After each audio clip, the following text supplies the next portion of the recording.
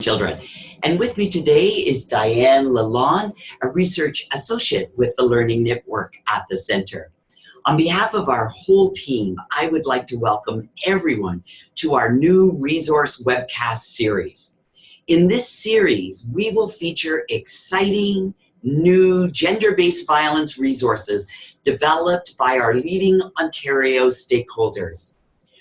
Wherever you are on Turtle Island today, please join us in acknowledging and thanking the generations of Indigenous peoples who have cared for these lands and in celebrating the continued strength and spirit of Indigenous peoples. As settlers, we commit to making the promise of truth and reconciliation real in our communities, and in particular to bring justice for murdered and missing Indigenous women and girls across our country. We are bringing today's webcast from the Learning Network as part of this new series that has been recently launched. And before I introduce the speaker for our inaugural webcast, I will go through the webcast format for today. The instructions are on the screen, but I'll sort of talk us through them as well. Our format is to hear from Amber for up to 45 minutes. And during her presentation, we invite you to type any comments or questions that you may have for her in the Q&A box at the bottom of your screen. And Diane and I will monitor that screen, and we will gather those questions, and then at the end of Amber's presentation, we'll present questions to her for her response. At the end of the webcast, in the chat box, you will see a link to the evaluation. And we really value your comments because it informs how we prepare for and plan for the next webcast. Once you complete the evaluation form, you will be directed to a web page where you will be prompted to enter your full name and email address. And then a certificate of attendance will be generated and emailed to you. We just wanted to let you know that the link that you were sent for the presentation slides, there's a slightly updated version of those presentation slides, and that link is now posted in the chat box. So if you'd like to bring up the new version, then that's great, or print it off, then that may be helpful for you as well.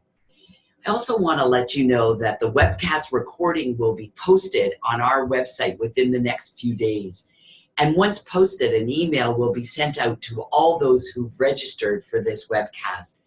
And we really appreciate Amber and Oath for allowing us to post this valuable webcast.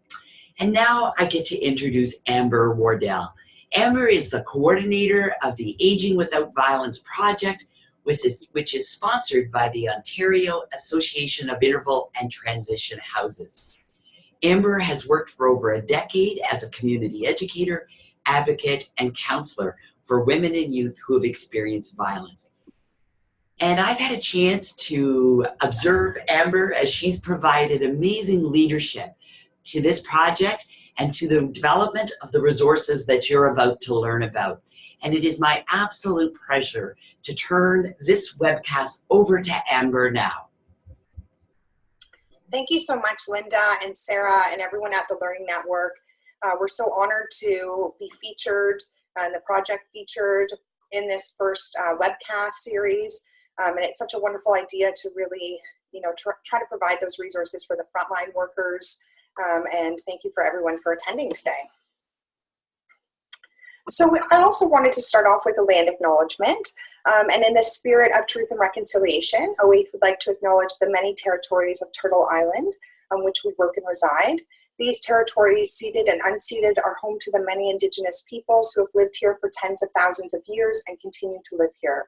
As settlers, immigrants, and descendants, and as visitors, we honor and respect the many Indigenous peoples of this land and territory and hope for a more just future together as a treaty people. So OAIT, for those of you who might not know, is the Ontario Association of Interval and Transition Houses. And the majority of our work involves public awareness, advocacy, government relations, and training designed to support shelters and second stage programs to meet the needs of women and children in their communities that have experienced violence.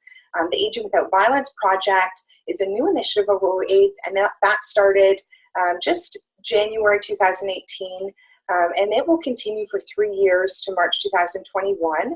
It's funded by the Ministry of Children, Community and Social Services, and it aligns with the Aging with Confidence Ontario Senior Strategy, which does have one page which has a gender lens, so that's what was utilized and leveraged to really have this large scope project where we're definitely focused on service providers in all of the different sectors. We want to provide tools and resources to help you meet the unique needs of older women within your services, whether that violence that they've experienced is recent or whether that's historical. But we also really want to affect public awareness. We want to affect the visibility of violence against older women, and we want to really ensure that members of the general public who might be closest to an older woman are able to recognize and respond to signs that she might be experiencing violence and kind of be that bridge to supports and services. So this is a list of our advisory members. Linda, of course, joins us on our advisory, and we're guided by that intersectoral advisory, which is broad in scope, and we're trying to have it as broad as the sectors and communities which we wish to reach. And our newest member is representing the long-term care sector, so we're really happy to have that addition.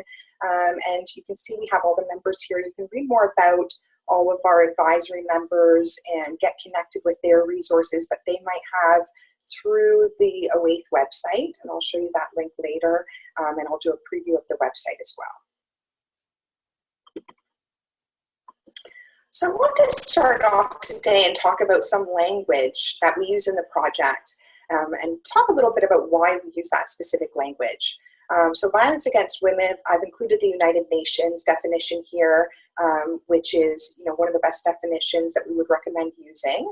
And it's really any act of gender-based violence that results in or is likely to result in physical, sexual, psychological harm or suffering to women, including threats of such acts, coercion, arbitrary deprivation of liberty, whether occurring in public or private life. So we know that violence against older women sometimes is siloed into different sectors or different types of abuse. So on one hand, you might have domestic violence or intimate partner violence, violence against women's services.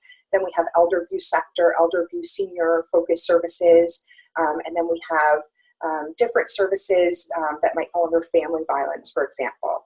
And really in the project, we're trying to break down those silos. We want to break down the silos in between ministries. We want to break down the silos in between sectors. And we want to break down the silos in between the people who have the information that are meeting with older women. And that might be the general public, older women themselves, as well as, you've got service providers, we've got the management, we've got, the board, and really having information trickle up and down across all of those organizational levels and system levels. So when we talk about violence against older women, we're talking about the whole scope. So physical abuse, sexual abuse, emotional or verbal abuse, financial abuse, spiritual abuse, neglect. It includes trauma, violence, abuse that might be experienced throughout her lifetime. And we know that the effects of that violence are often compounded. And it might fall under that umbrella, like we talked about, of family violence or elder abuse or domestic violence, intimate partner violence, or intergenerational trauma. But for us, we're using that language of violence against older women. And in our research so far in the project, definitely 55 and older is what we're focused on. That's what typically folks are telling us, that they're connecting with older, but we know that number isn't the same for everyone, and we know there's a lot of diversity within older women. They're not a homogenous group. So as you get into the higher end of the age spectrum, you might have unique issues, as well as closer to 55. And when we're talking about the perpetrators, and we'll talk a little bit more about this in relation to femicide, but the perpetrators might include family members, caregivers, spouses, partners, ex-partners, neighbors, acquaintances, service providers. And an older woman, this might happen with a younger woman as well, but an older woman in particular might experience different types of violence at the same time from different perpetrators. And that can definitely pose a risk in, or pose a challenge for risk management, for her in prioritizing her needs and engaging with services, and also the impacts of that abuse and violence. So I wanted to talk a little bit about why in the project we focus on older women specifically. So yes, both men and women and older men and women are at risk for violence and might experience abuse, elder abuse, neglect. But we know that older women in Canada and Ontario make up a higher proportion of the frail elderly, and they're more likely to experience certain kinds of abuse. So they're more likely to experience abuse by their spouse than are older men. And women 65 years of age or older, which is commonly what's used for research, for StatsCan, for example, they're more frequently the victims of violence at hands of family members than are men. And that's coming from the Ontario Human Rights Commission. So we know that this particular vulnerability of women in the context of, even when it's under that scope of elder abuse, really needs to be recognized. So this could be we could do a whole hour on just the differences, and I encourage you to read some of the research and resources that we have on our website. I'll highlight those. But the differences between older women and younger women in their engagement of services and the barriers to services that they experience and in their experiences of violence. There's quite a bit of differences there. So we know there's a lot of research within our project and beyond that tells us that older women do not engage with services at the same rates as younger women. So we know that that would include emergency services like healthcare, and also violence against women services, and other services as well that might include employment services, for example. And we know that that might include an element of fear or distrust of the service. They might have had engagement with that system or service, many years ago and not received what they need, or it might have been recent, or they might have experienced abuse or any systemic kind of violence, discrimination from someone who was providing service in the system or from the system itself. And we know that older women experiencing abuse or violence, they're more likely to be financially dependent on their abusers than younger women. And that becomes a particular issue if we look at the rates of financial abuse within immigrant and refugee women, and that newcomer women might not have that resource, might not have the financial dependence. They might be dependent on someone who's abusive towards them, who's a family member, who also does the translating, who also is in control of their transportation, for example. And that's something that was highlighted in one of our recent, I'll show you the fact sheets, and one of our recent fact sheets focused on immigrant and refugee women and the unique barriers that they face in engaging with services. So marginalized older women, and that might include gender diverse women, Indigenous women, immigrant women, racialized women, differently abled women. They often describe feeling invisible within services. So within services, within systems, their unique needs are perhaps not really being considered, or they can't see that. They don't see cues that the service might be able to meet their needs as an older woman, and they interpret what they're seeing, what they're feeling from the service as that there isn't capacity to really meet their needs in relation to what they've experienced. And the unique impacts of complex trauma, we'll talk more about complex trauma, and also watch a new video that we have coming out that's about complex trauma. But we know that when someone goes throughout their life, we're a whole person, and all of the experiences that we have throughout our life can accumulate to have an impact that's different from those individual experiences. And so that's one of the things when we talk about, what's different in providing service to older women, and that the thing that we hear time and time again is, you're going to hear about a lot of complex trauma, even if you go to intake. It might be down the line that you're hearing about the experiences from a residential school, or the experiences of sexual abuse in childhood. And those are things that have unique impacts, and that we might really need to have extra patience. And with an older woman, especially if there's any kind of cognitive changes, we really need to take extra time, a lot of patience. And that perhaps when we're looking at our caseloads, and definitely there's been suggestion in the past in different sectors, that complex trauma cases should count as higher on your a higher amount on your caseload. So they might count as 3 cases, for example. And there's been suggestion by different service providers who work with older women who have experienced a great deal of complex trauma, that to really look at how that impacts a worker's caseload a little bit differently, and just the time that it takes, and the patience, and not speeding through things and taking time to repeat things. So we also know that there could be, for some older women, differences in attitudes about abuse in relationships. So that might be that she might not believe that what she's experiencing is abuse. It might be that she doesn't consider certain behaviors abusive. We also know that if an older woman is experiencing abuse from a family member who she was once in a caregiving role or is still in a caregiving role, that might be a partner, or that might be a child that she raised that's now being abusive towards her.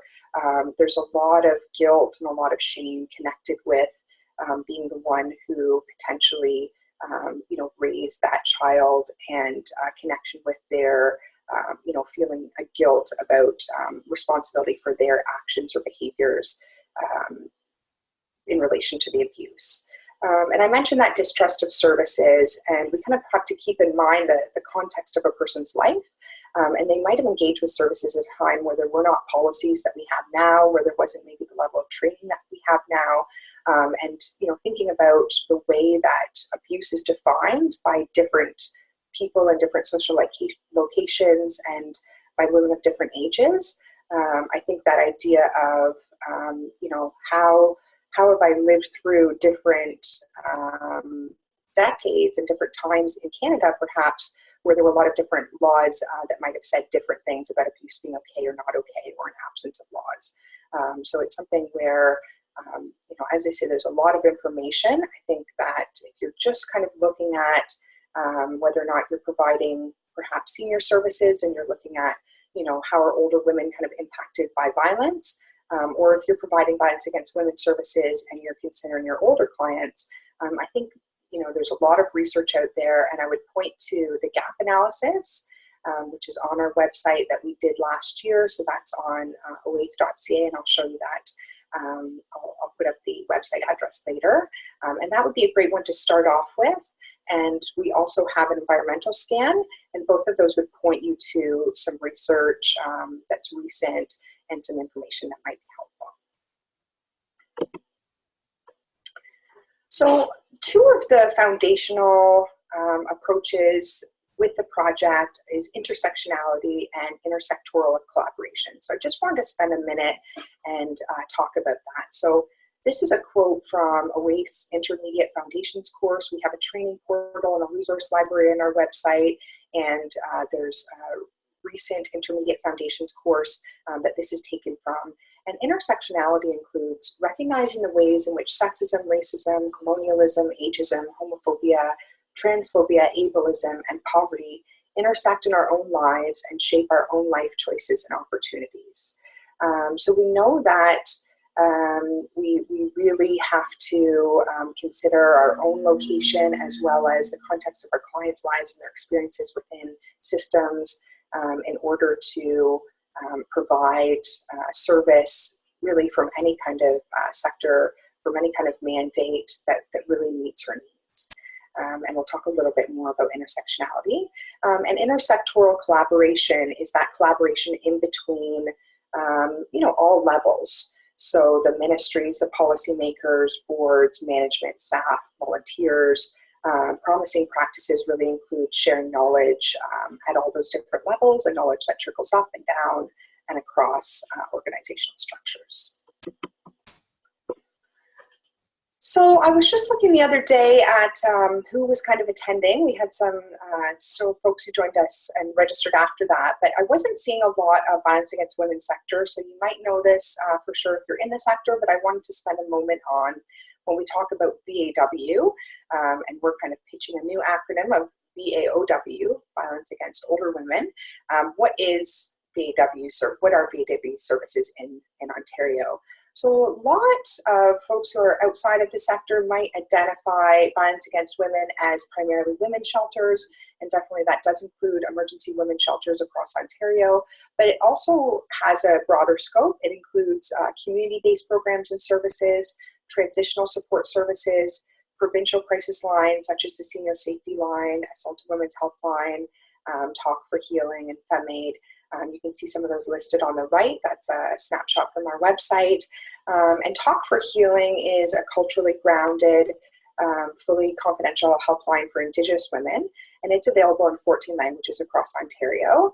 And then FemAid is also at the bottom there, and it's a provincial telephone helpline for French-speaking women who've experienced violence. So I want to highlight those because at the end I will speak a little bit about some other resources, but those aren't on that particular slide. So sexual assault services are also part of the services available to women who've experienced violence in Ontario. And you can see on the left, that's sexualassaultsupport.ca and OCRCC, as they're often referred to, Ontario Coalition of Rape Crisis Centers. They, of course, are on our advisory, you might have seen on the previous slide, and that would be the coalition of the sexual assault centers and sexual assault services across Ontario. So you can go to, on the last slide, it was sheltersafe.ca to find any of the shelters, and you can go on sexualassaultsupport.ca to find any sexual assault services. And then on the right, I've also included sexual assault domestic violence treatment centers. They have training available on their website. They have great resources. And it's a great resource to know where your local sexual assault domestic violence treatment center is. That's where we have folks who are working closely with the violence against women sector, and they would provide the support and the forensic evidence and actually complete the sexual assault evidence kits when someone would like that completed. So you can see 35 centers across Ontario and 585 staff. And I encourage you to visit both those websites and look at the resources that they have. So I just wanted to highlight some of the things that we have available that we've worked on over the past year in the project. These are two of the webinars that we did last year. We did both of those co-hosted with Elder Abuse Ontario, one of our advisory members. And they both were primarily attended by non-violence against women services. So that was great because we were able to get that connection with, some of our target audience is definitely long-term care, health, senior services, housing services. And on the left, that was our first webinar. We did that in October, and it featured Amber Sky, who talked about colonization and oppression and racism and understanding violence against Indigenous women who are older. And then on the right, we've got the January webinar summary there, and that was co-presented by Rosalind Forrester from Intern Play. She focused on mostly LGBTQ plus older women and talked about some case studies there and within long-term care especially. And then Tammy Rankin, the Senior Safety Advisor from the Regional Municipality of Durham, she spoke about sexual violence and long-term care. So both of these webinars we've got on the website. You can find the recording, you can find the slides and any supporting materials, and all of that's available in both French and English. And I would say that the Amber Sky webinar is a really great one for someone who especially hasn't perhaps done too many trainings that are talking about contextualizing services for Indigenous women within colonization and the history of oppression and racism and the current implications of all intersectional identities. I think that's a really great one to start with. And then looking at the other webinar, it was extremely interesting the first time that I started learning about long-term care and sexual violence, and something that had never really occurred to me as someone who's worked primarily in shelters is that it's the same system. Long-term care is the same system for perpetrators as it is for survivors. So we have a lot of folks who are in a vulnerable place in their life and who have a lot of health concerns at the same time as, responsive behaviors that are related to perhaps dementia, but then also where we have sexual predators who are within long-term care. And Tammy talks about some of the issues in those histories not always being disclosed, and about the challenges in risk management. And one of the things that we tried to highlight during that during that webinar, was kind of, just teasing out a little bit, how could those sectors collaborate more differently, more effectively? So talking about violence against women's services and long-term care services. So I would say if you're not in either of those, if you are thinking, if this was my sector instead of long-term care, how could we collaborate more with the violence against women sector? So it's not always that someone needs to, as we were talking about kind of what is the violence against women sector, they don't need to access and go stay at a shelter to actually, benefit from those services. That might be a residential service that they use. But we know also that someone can just provide that safe and confidential space to connect with the local or provincial crisis line. And I'll highlight those lines near the end of the presentation.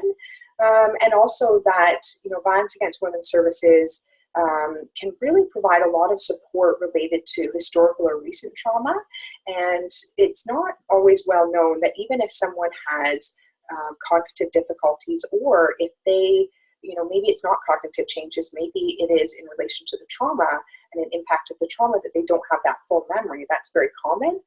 It was a number of years ago, for example, and they don't need to fully recall that in order to receive service. And, providing information about violence against women's services in an accessible format. We have some new posters that are available, and I think putting those up in your organizational space, wherever older women might be, to say, this is something we're thinking about. Your concerns, your unique needs are not invisible to us. We want to talk about this. So that's something where you're providing that connection, but then also when someone is wanting the resources, we might refer them to the website, or they might need a hard copy. They might need that printed out. We can always refer to the AODA accessibility standards to look at what might be the best font size and what might be the best font type, and to do that on regular size paper, not legal paper, for example.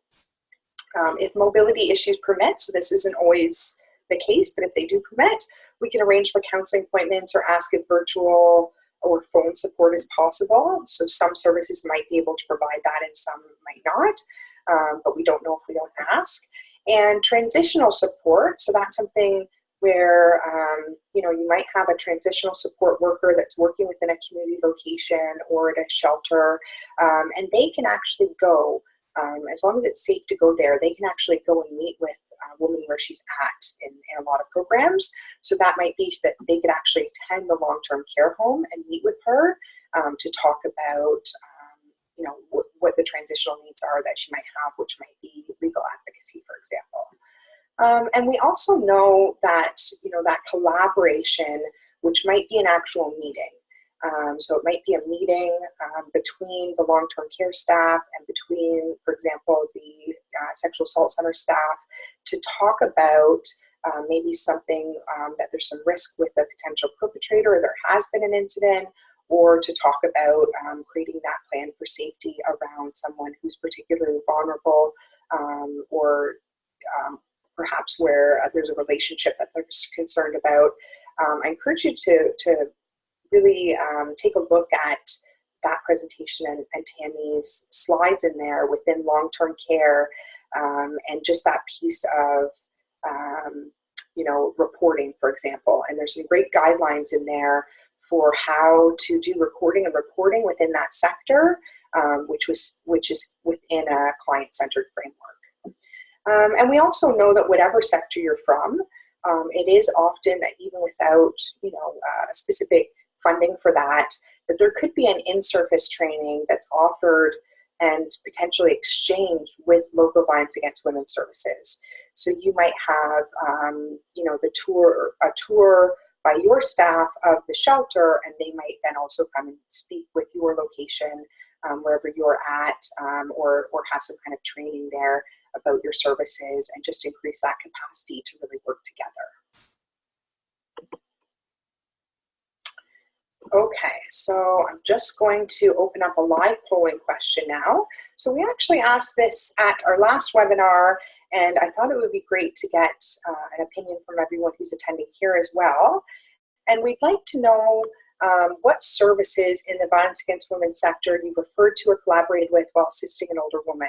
So I'll put the poll question up here and it'll pop up for you and you can interact with that. So we're asking about older women specifically, and if you're coming from violence against women services, you might also then refer, or you might find that there's not an appropriate spot there. So just 1 second.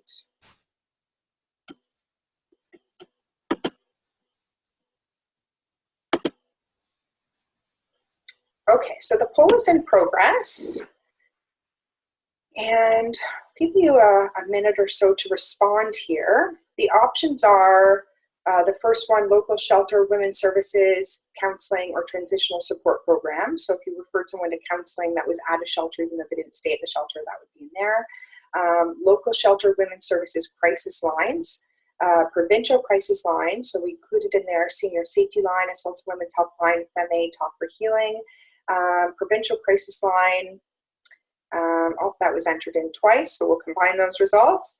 And none of the above, I wasn't aware of that range of services. So that's one that we're particularly interested in relation to, looking at the violence against women sector services that we know just not everyone is aware of them. And that's the case for service providers we found, as well as older women.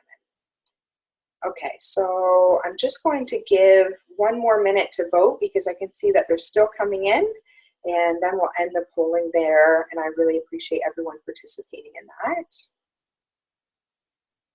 Okay, we're at 50% of you have voted. I'm not sure if you guys can see how many can vote. I imagine you can.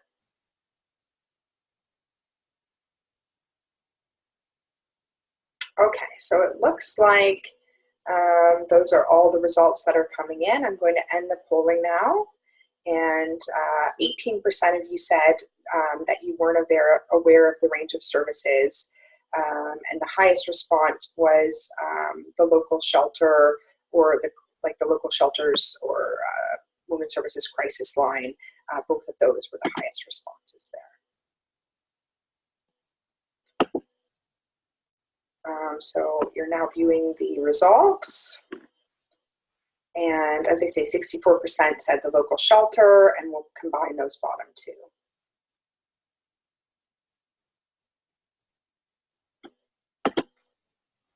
Okay.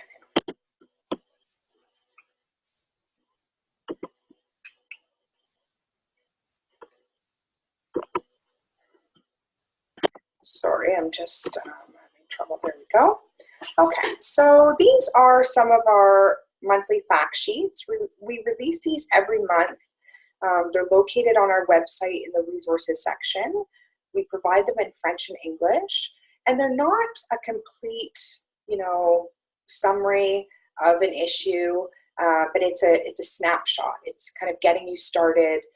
It's that word to the wise, because we recognize that there's a lot of knowledge and expertise within the sectors, but we're hoping that can always kind of be expanded, and our learning can continue to grow. So this is just a few of them there. And then I thought what we could do is look at some more specifically, but some of the ones that we aren't looking at that are shown here, some of the ones that we won't be going into more in detail that are shown here, would be the one on the left that is our first one. So it's about kind of why are we using this language, tell me more about the general kind of issue here, and rates against violence against older women. And then that middle one is focused on, that's 2 pages, it's focused on LGBTQ plus older women within services. And you would also likely be interested in the one that's to the right of that, the 4th one on your screen, and it's in relation to just resources. So it's a list of resources and links that are relevant to service providers in relation to violence against older women. So this is one of the fact sheets that I wanted to highlight, and this is the intersectionality wheel that was developed by OAIT as part of our larger standalone resource that's called How Does Intersectionality Work, if you've seen that booklet. And it talks about that, older women who experience violence come from a variety of communities with diverse needs and backgrounds and experiences of systemic oppression. And we really need to consider this isn't complete. This is a snapshot, a portion, and just look at kind of where the identities of our clients and the women that we're working with, and the correlating positions of privilege and marginality, and the way that that might impact her experiences of violence and her experience of services really across the board. And then really understanding and challenging your own privilege and preconceptions and the relationships with institutional and systemic oppression. I think that's a key element of intersectional approaches that's often missed. So it's often about, exploring that piece in relation to the clients, but it's also exploring our own social location, how we hold power or privilege, or how our own marginality has maybe impacted our work and continues to impact our experiences in the world and with our clients.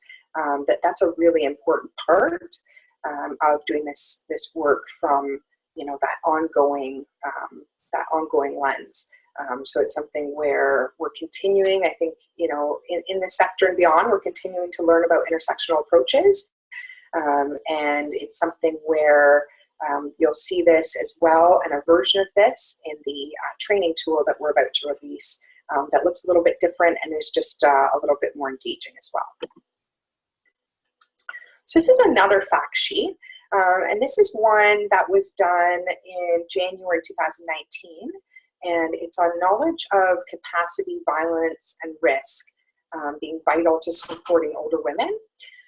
So one of the things that we found is, there's different kind of pockets of information within different sectors. So the violence against women sector has a lot of information about power and control, a lot of information about, ways to safety plan and risk management.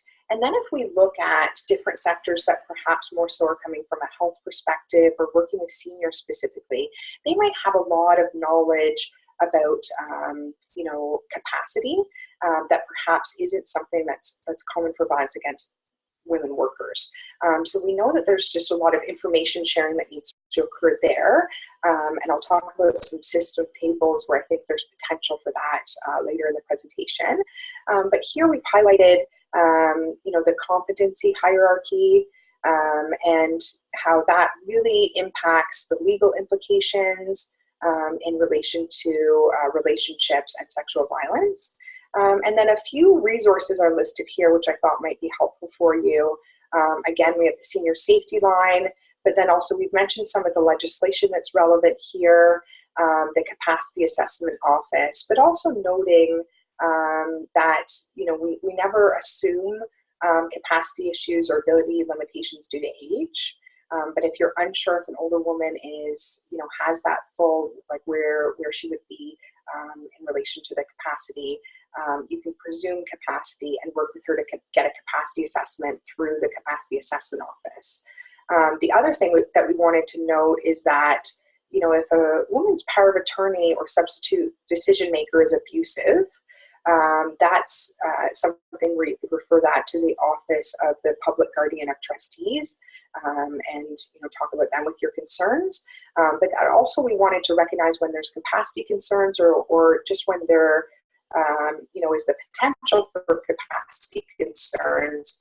Sometimes an abusive family member or partner or caregiver might try to use power of attorney or capacity assessment office or try to use legal kind of implications or organizations and make threats, similar to using we've seen on the power control making threats regarding children's aid and the police.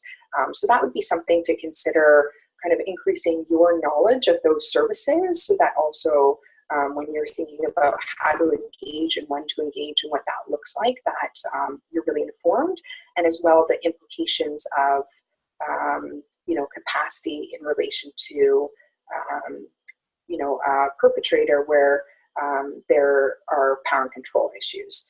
Capacity, of course, also comes into place when we have a perpetrator with capacity issues, and that piece of, is it a responsive behavior, or is it something that might be helpful to contextualize within the history of power control or, abuse, violence within that particular relationship. So this is another fact sheet that I wanted to highlight, and this one was in December 2018. So this was the most recent data from December, and every year OAIF does release a femicide report, and this femicide report from this year, this past year that was released, this is highlighting the data that's specific to older women. So on that femicide list from December 2017 to November 2018, we actually had 45% of the women who were on that list were 55 or older. So we know that we have an aging population. So there's still kind of some questions around that. But we definitely know that women over the age 55 are losing their lives to gender-based violence. So on the bottom, we're looking at during that year who are the perpetrators of violence against older women, and also between 1990 to 2018. So between December 2017 and November 2018, 38% of the femicides of older women were committed by their partners, 33% by a family member such as son, son-in-law, grandson, and 19% by a neighbor or acquaintance. And in 10% of the cases, the victim-offender relationship is unknown. And then on the right side, we have, on the left side, we have the 1990 to 2018, and then on the right side, the more recent one. So you can access all of these on the OAIF website. That's the website that's listed at the bottom. It's www.oaith.ca. And as long as technology cooperates with us, at the end of the presentation, we'll just go over to OAIF and I'll kind of show you where to find all the Aging Without Violence content. So one of the things that we did this year was focus groups and province-wide survey with elder abuse networks in Ontario. So elder abuse networks are quite diverse. They're different in each community, but overall they've been identified by the project as really pivotal system tables, and they're intersectoral tables, which they have community members, they might have healthcare, police, violence against women, a variety of different senior services, a variety of different sectors and community members sitting at the table. And they really do have an immense capacity to increase collaboration and create sustainable change for older women within services and systems. And we know that some of them are very focused on, for example, World Elder Abuse Awareness Day was June 15th. So some of them are very focused on their local WEAD event. Some of them are talking more so about cases at the table. Some of them are developing tools and resources. And on the left, that's a map that we created last year, so this would have likely changed slightly since then. And it's showing all of the different active elder abuse networks in Ontario, and each region is a different color. So you can see the north, with only one up there at that particular time. But then as you go towards the south, a number of additional, more per area. And we know that they're supported by Elder Abuse Ontario. You basically have an Elder Abuse Ontario consultant who attends those meetings and supports, but they're not actually funded. However, they do, really amazing work in relation to, generally elder abuse and building awareness. So during the focus groups, I went out to 5 different areas this past year, and I conducted a focus group in person, and at the same time I did a shelter tour, and one of the portions of the, one of the components of the focus groups was a scenario. So we wrote this scenario, which was actually taken from a real case. We just added some things and changed some things. And we used this scenario, and before we discussed it as a group, we had the different folks who were at tables identify in writing how they would respond if they got this phone call, whether or not Renita has called the right number. They've called her or she's called them rather, and they pick up the phone and they need to respond to that. So Renita is a 62-year-old woman who recently called for support as she was worried about her husband of 40 years. Renita and her husband live on a farm and do not have many friends or family, although sometimes Renita speaks with her sisters in India via phone. Renita seems anxious while you're speaking. She's worried about her husband, who started drinking more lately. Her husband is threatened to kill her on numerous occasions and has been obsessing over her whereabouts, accusing her of adultery and following her. Her husband recently began to purchase firearms. Renita spoke about being shocked when her husband ridiculed her in front of neighbors next week, as he has never done this before. Renita's husband has never physically harmed her. Renita and her husband receive social assistance. Renita uses a cane due to knee and hip issues and is rarely able to access a vehicle. So basically, we tried to fit as many high-risk factors as we could into that one paragraph. And then the responses, we separated. We didn't have anyone say what their name was, but we wanted to know what sector they worked in. And then we compared those kind of across the areas and across the sectors. So to that response, and that's just kind of a summary there, the bullet points that are in black are a summary of kind of some of the elements. And basically, there were a number of themes in the responses, but it's likely that many of you who work in direct services, when you were reading that scenario, were very worried about Renita and that you really wanted to talk about her safety. When we looked at all of the different responses from all of the different sectors, only 42% total were focused on safety planning. So we know that it was more likely if someone was within certain services to indicate safety planning versus other services. So violence against women sector had a really high rate of trying to get her safety planning, as well as exploring the client's needs, goals, and priorities. That was only across the board, across all the sectors, only 18% kind of saw that as a key aspect of that response to Renita. So we had a few different things come up during the scenario, and that discussion I think was really helpful in just kind of talking about the differences and the different things we see and how we focus on things. So we had a number of folks who work within senior services or dementia-related services, healthcare services, and they immediately were concerned about the husband having dementia, which I actually did not write into the scenario, but they were concerned because his behavior was changing, because he'd started drinking more lately and he bought a gun, and the belittling was now in front of friends and family members. So it's interesting because that's also could show an escalation in the abuse, an escalation in the risk level that might indicate. And there were some interesting discussions about engagement of the police and kind of the differences of mandates of needing to call the police when you hear certain things versus a lot of sectors having that in their mandate that they would want to honor the woman's choice if there's no children at risk and there's no capacity issues on her end, that we would be honoring her choice whether or not to engage the police. Some suggested, having Behavioral Services Ontario attend, or really trying to connect him with services, which definitely Renita was calling for. But I think the overall kind of theme was that Renita needed a lot of service right then. Her husband definitely could benefit from service, but she was in a very risky, very isolated situation.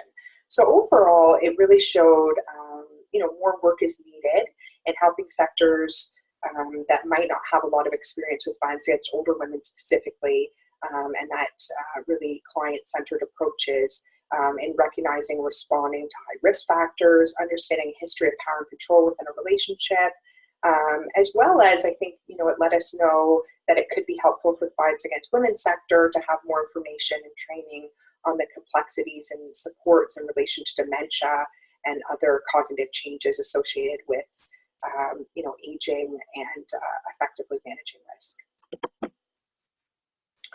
So I wasn't able to go to every network, although I would have loved to do that. So we did a online survey for all the networks across Ontario who weren't able to participate in the focus groups. And these were some of the results, just highlighting this. We haven't published the report yet, we had a high response rate, and we found that the majority, 69%, even though they're called elder abuse networks, that in some way they do use a gender lens. So they do discuss violence against older women or focus on violence against older women in some way in their work. So at the bottom, that's where it's hard to read there, but that's where it's showing you what that looks like. So 12 of them, 63%, said they acknowledge implications of gender when they're discussing their work and projects.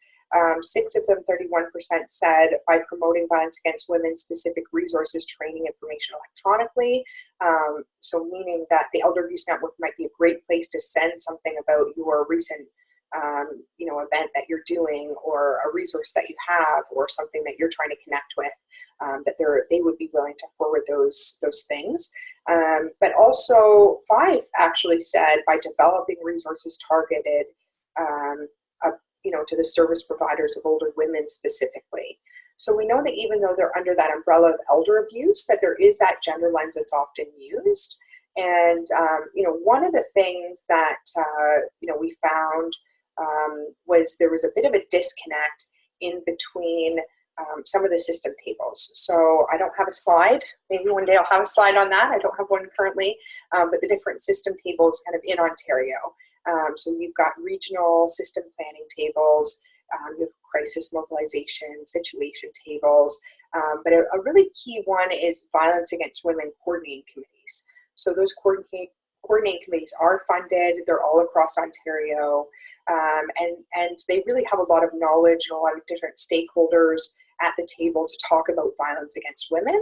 They might not, we haven't done this testing yet, so we don't know, but they might not specifically be talking about older women so much.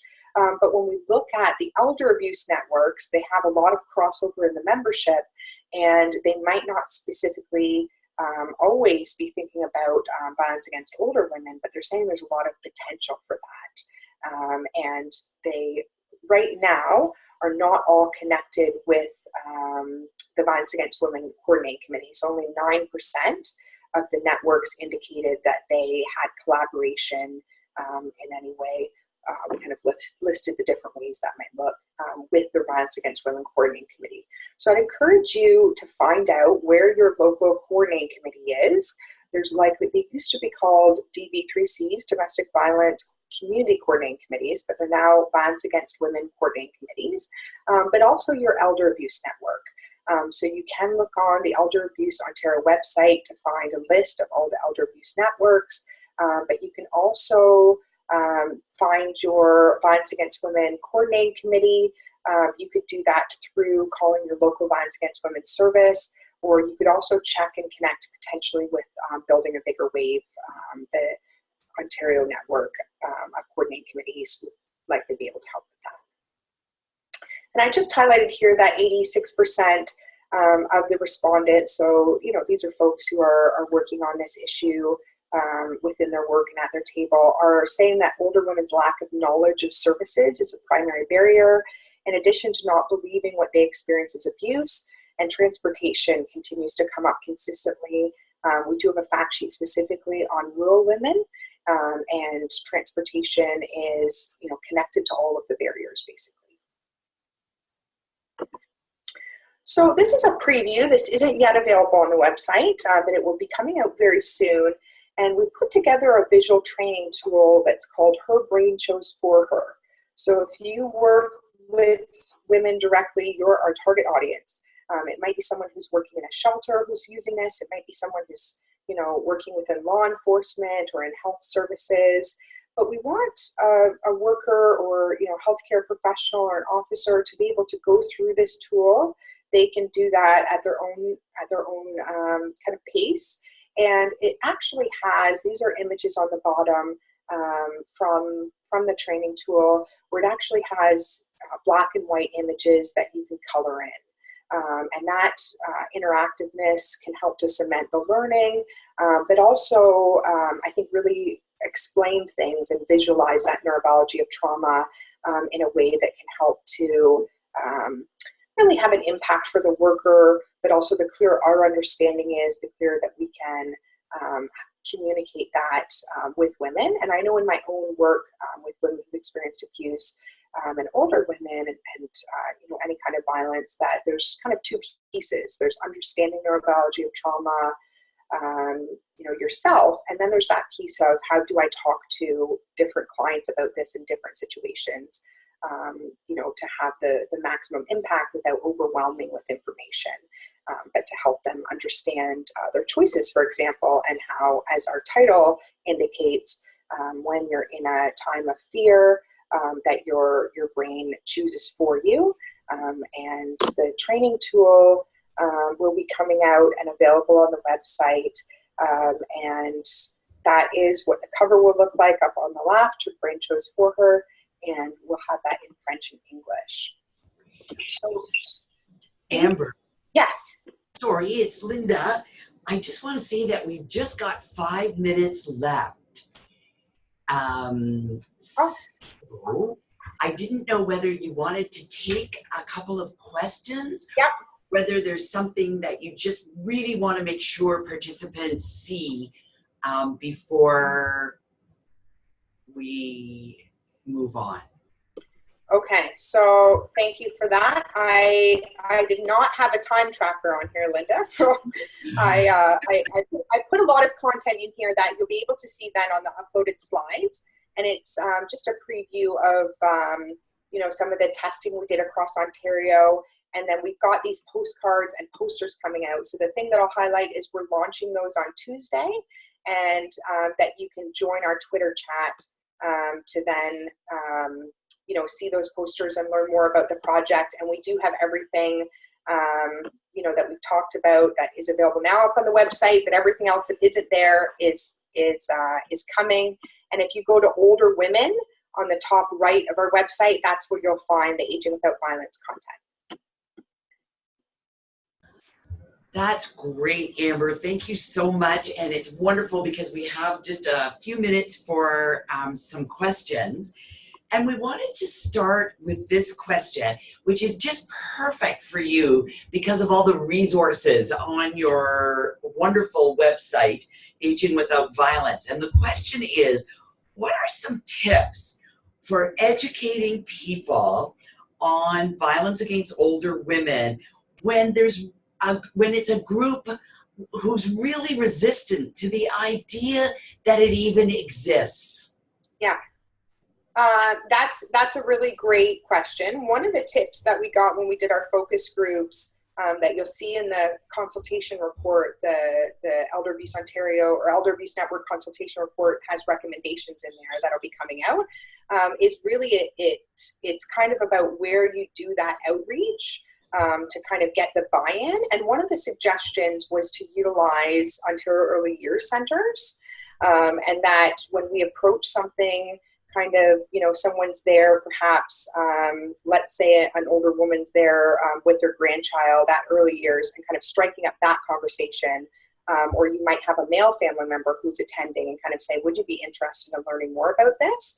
That it's a really accessible way to kind of pitch that awareness, but also to use the tools and resources that are out there that are developed, where folks have already done some of this work of kind of how to get that message across. So we definitely get a lot of positive feedback about the It's Not Right program, and that's something that you can definitely utilize to actually, provide some of those skills and information for, the general public. And then also collaborating with your local Violence Against Women service, because they likely have some ideas of how they're getting out to some of those groups and communities that are a little bit more difficult to reach or might have a lot of barriers to connecting with services.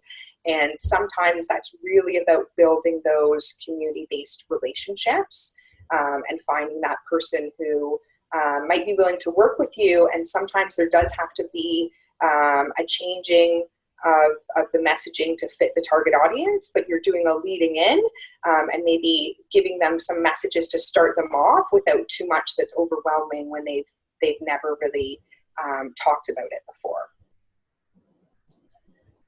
Just one more question. Someone was wondering if you have any tips on facilitating a workshop on sexual violence and abuse to a mixed group of older adults. Yeah, I would say my email's up here. That would be a great one that we could connect with, that we could connect individually about as well. It could be, I would imagine, that a local your local sexual assault center might already have something developed.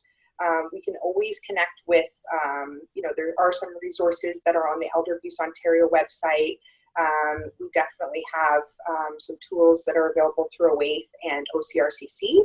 But I would say that as a starting point, kind of looking at, unless you're writing from your sexual assault center, who are the folks closest to you, if that's half an hour away, who are providing any kind of those services, and could you collaborate? And if you can't find the service, looking for the systems table, because they often actually have presentations. And one of the things at University of Windsor that OCRCC spoke about last week was kind of at some yearly Draw the Line meetings, creating a new way to share all of their presentations so that they're not having to recreate those, in the silo, and then you can add some local information. So that would be the first step, but I'd also be happy to follow up with you via email or phone about that specifically. Thanks, Amber.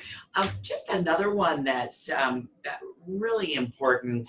They all are, but where do you get accessibility supports for older women who are deaf and hard of hearing as service providers? So where, as service providers, do you reach out to find those supports? Well, actually, right now today, I'm not at the launch because I'm doing this, but we sat on the advisory for the Springtide, a recent initiative that they have done, and today is the launch of their resource guide. And their resource guide and their video through that project is all focused on seniors' accessibility in shelters. And they actually have a really excellent training as well. There's training that's available on the OAIF website. So if you go to oaif.ca and then into our training portal and you search accessibility, for example, you would see those come up. Springtide Resources also has an excellent training that's about providing services, violence against women services to women with diverse abilities. So that's already available. But now today, as I say, the resource booklet is launching, and there's a lot of great links and information, not only within our trainings and their trainings, like in the content, but then when you look at that additional resources, go to those links, and there's some great information out there. That was a very timely question and a very timely response, Amber. That is great. We only have time for one more quick question, but there's real curiosity about how you can set up an elder abuse network in your region if there isn't one right now. So the number one thing I would say, and that's very exciting, just wanting to, that energy and wanting to get it started. I would say that the first step would be connecting with the Elder Abuse Ontario consultant for your region.